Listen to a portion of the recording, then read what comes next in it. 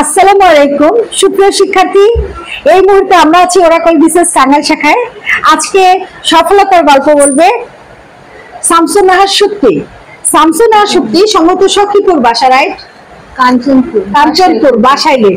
এবং শামসুন নাহার শক্তি বলেছিল আমাদের কাঞ্চনপুরের বিখ্যাত মিষ্টি খাওয়া। আজকে মিষ্টি নিয়ে এসছো, মিষ্টি নিয়ে এসছো। সাথে কে এসছেন? তোমার আমার শ্বশুর। আচ্ছা শক্তি, তোমাকে আমাদের এই মুহূর্তে অনেক শিক্ষার্থী দেখছে। তুমি আমাদের ওরাকল বিসিএস এ প্রাইমারিতে কত আগে এসেছিলে এবং তোমার সফলতা কিভাবে? আমি আসলাম 2023 সালে। আচ্ছা, সেখান থেকে আমার পড়াশোনা প্রথম ব্যাচে আমাদের 23 সালের প্রথম ব্যাচে ভর্তি ছিল। হ্যাঁ, জার্নি তখন থেকে জার্নি শুরু।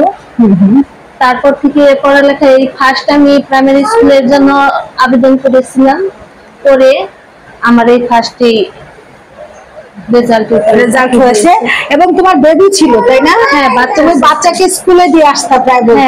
কয়টা বাচ্চা? একটা ছিল। তোমার হাজবেন্ড তো বাইরে থাকে? হ্যাঁ, বাইরে। আচ্ছা ঠিক আছে।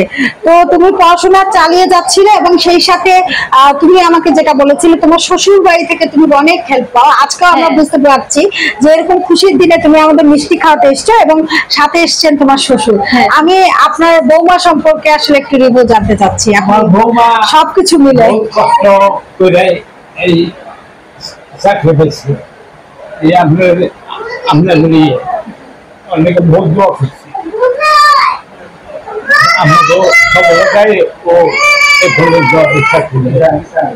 আপনাদের অনেক ধন্যবাদ। আপনার ওরাকল বিসিএস অশেষ ধন্যবাদ। আর আমার মেয়ে হিসেবে এই করবেন আর কি। ও আপনাদের অনেক প্রশংসা করেছে।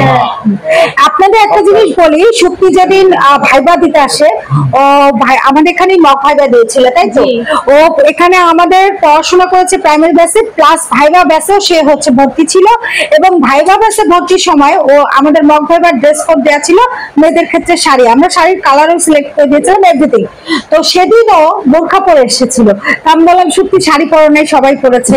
তখন ও বললো যে ম্যাডাম আমি বাচ্চা সামলিয়ে বাসার সামনে আসলে কমপ্লিট করে আসতে পারি না ড্রেস কোড, তো আমার মনে হয় আমি ফাইনালিও শাড়ি পরে হাঁটতে পারবো না, আমি এভাবেই ভাইবা দিতে চাই। তখন আমি বললাম যে পোশাক আসলে কোনো ব্যাপার না, তুমি যদি কনফিডেন্ট থাকো, তুমি ভাইবা বোর্ডে যদি সুন্দর করে প্রেজেন্ট করতে পারো, ইনশাল্লাহ তুমি সাকসেস হবা। সত্যি আমাদের কথা হয়েছিল। জি ম্যাম, আপনি আমাকে সব সময় বলছেন যে তুমি চিন্তা করো না, তোমার চাকরি হবে। হ্যাঁ, পরীক্ষায় ভালো করছিল, তোমাদের রেজাল্ট দেখার পর আমি এই সিদ্ধান্তগুলো নিতে পারি যে তুমি ভালো হবে। আমার নাতি রাইখা বহুত কষ্ট করে, অনেক কষ্ট করে লেখাপড়া করছে। যেহেতু এখান থেকে আমাদের টাঙ্গাইল থেকে আমার বাড়ি যেতে না হলেও 2 ঘন্টা সময় লাগে, যাতায়াত ব্যবস্থা অনেকটাই খারাপ। যাই হোক, আপনাদের প্রশংসা করে এই জন্য আপনাদের লেখাপড়া মান ব্যবস্থা ভালো, মান ভালো সব দিকে। যাক, আপনারা যে গার্জিয়ানরা এই ইয়েতে আসতে পেরেছেন যে ওরাকল বিসিএস এর পড়াশোনার মান ভালো, এবং এখানে আসলে কেউ খালি হাতে ফেরত যায় না।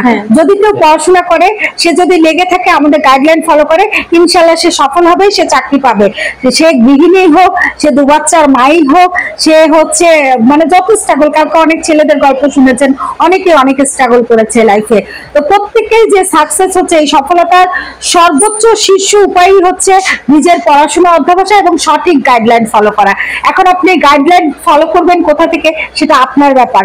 তবে ওরাকল বিসিএস এ আপনি যে কোনো ইয়ে করার আগে অবশ্যই ওরাকল বিসিএস একবার আসবেন, ক্লাস করবেন, লাইব্রেরি দেখবেন, সমস্ত ফ্যাসিলিটিস দেখার পর আপনি সিদ্ধান্ত নেবেন।